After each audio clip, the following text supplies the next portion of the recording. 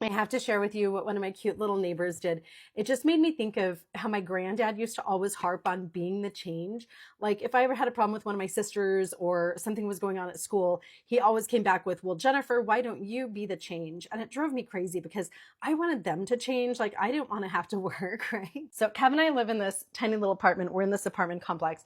And when we moved in a year and a half ago, I just decided I'm going to turn this into my little Melrose place, and I'm going to get to know all the neighbors in my courtyard, and I'll bake my Mormon cinnamon rolls and cookies and sourdough and take out to the neighbors from time to time. And whenever anybody moves in, we get to know them. I give them my business card. We exchange numbers. Like we talk to everybody. I don't want to tell you guys all the stuff that I do, but like I have a single mom that lives on top of me. And whenever I get a paycheck, then I Zelle her just a little bit of money to help with her kids, because you guys know, like I was a single mom and it sucked.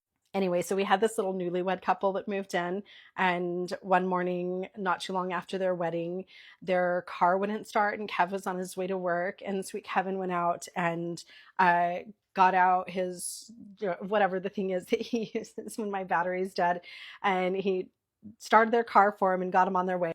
So last night we came home, and out on our little table in the patio was this beautiful loaf of bread that I'm just about to uh, crack into right here, and it has this cute little handmade with love. Thank you. You guys, this is this beautiful loaf of homemade bread. Like, oh my gosh, I'm so excited for this. They hand wrote us, like everybody texts, right? They hand wrote this sweet little card. It literally made Kevin tear up reading this card. I handed it to him. He was sitting on the couch after we got home, and he like had tears in his eyes. And it just made me think that my granddad was right. Don't sit around and complain about the world, be the change. And in my little way, I try to be the change, and then you bump into a bunch of other people who are just trying to be the kindest, best people that they can. Little bit by little bit, life just gets so much more beautiful.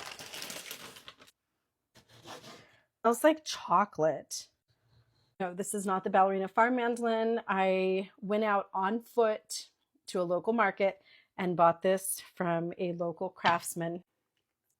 It tastes like love. Another friend sent me eggs for my chickens.